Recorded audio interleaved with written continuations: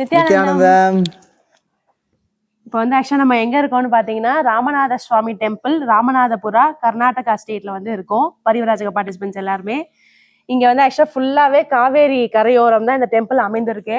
So இந்த pillar இந்த side இந்த பில்லருக்கு பேக் சைடே ஃபுல்லாக, அதாவது ஒரு லென்த்துக்கு ரொம்ப தூரத்துக்கே காவேரி நதி வந்து இருக்கு. அது வந்து இப்போ நாங்கள் ஆக்சுவலாக எல்லாரும் என்ன பண்ணோம், ஆஃப்டர்நூனே இங்கே ரீச் ஆகிட்டோம். சாமியோட பாதுகை எடுத்துகிட்டு வந்திருந்தோம். சுவாமியோடைய பாதுகையோட சேர்ந்து ஸ்நானம் பண்ணோம். ரொம்ப என்ஜாய்மெண்டா இருந்தது.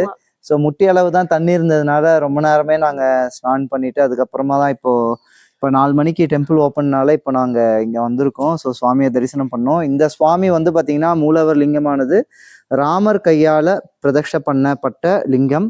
ஸோ அவர் எதனால இங்க வந்து பிரதிஷ்டை பண்ணியிருக்கிறாரு அப்படின்னு பார்த்தா, ராமர் வந்து ராவணனை வதம் செய்ததுக்கு பிறகு அந்த பிராமணால பிரம்மஹத்யா தோஷத்தை போக்குறதுக்காக இந்த இடத்துல லிங்கம் பிரதிஷ்டை பண்ணிட்டு அது வந்து பூஜை பண்ணிருக்காரு வரலாறு சொன்னாங்க. ஸோ அதனால வந்து ராமர் ஃபுல்லா இந்த இடத்துல லைக் வாழ்ந்திருக்காரு. ஒவ்வொரு இடமா அவரோட பாதம் பதிந்த ஊர் ஆக்சுவலா இது. அதனால ராமநாதபுரா அப்படின்ற பேரே இதுக்கு வந்திருக்கு.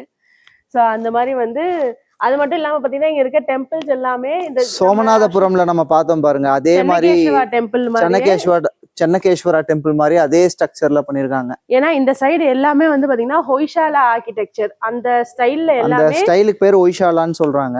அது ரொம்ப நுண்ணியமா கார்விங்ஸ் பண்ணுவாங்க. அதாவது ஒவ்வொரு லேயருக்கும் ஒவ்வொரு டிசைன்ஸ், ஒவ்வொன்றும் அவ்வளவு நுண்ணியமா சின்ன மைன்யூட்டான கார்விங்ஸ் எல்லாமே இதுல வந்து ரொம்ப ஒரு ஃபேமஸு. இன்னொன்று பார்த்தீங்கன்னா ஸ்டார் ஸ்டெலைட், இது வந்து டாப் லேயர்ல இருந்து பார்த்தீங்கன்னா ஒவ்வொரு இதுலயும் ஃபார்ம் ஆயிருக்கும். அங்க சென்னகேஸ்வரா டெம்பிள்லயும் அதே மாதிரி தான் இருந்தது, இதுவும் அதே மாதிரி தான் இருக்கு. இந்த சைடு இருக்க ஆர்கிடெக்சர்ஸ் எல்லாருமே இந்த மாதிரி தான் இந்த பில்ட் பண்ணியிருக்காங்க.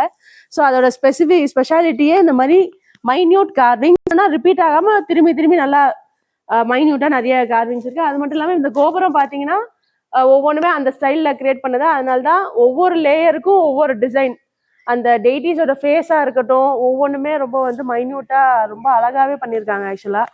ஸோ பார்க்கவே நல்லா ரொம்ப அற்புதமான கோவில், ரொம்ப பழங்காலமானதுன்றது அந்த ஸ்ட்ரக்சரை பார்க்கும் போதே தெரியுது.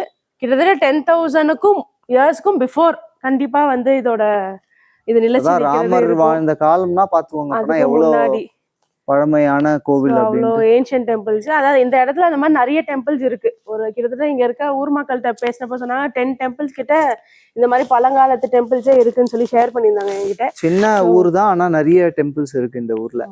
ராமர் வாழ்ந்த இடம் அப்படின்னு சொல்லி அவங்களும் ரொம்ப பிளஸ்டா சொல்லி எங்கள்கிட்ட ஃபீல் பண்ணாங்க. ஸோ இதை பத்தி தான் ஷேர் பண்றதுக்கு விருப்பப்பட்டோம். தேங்க்யூ நித்யானந்தம். பரிவ்ராஜக யாத்திரை, ஒரு வருடத்தில் உங்கள் வாழ்க்கையை மாற்றிக்கொள்ள பதிவு செய்யுங்கள்.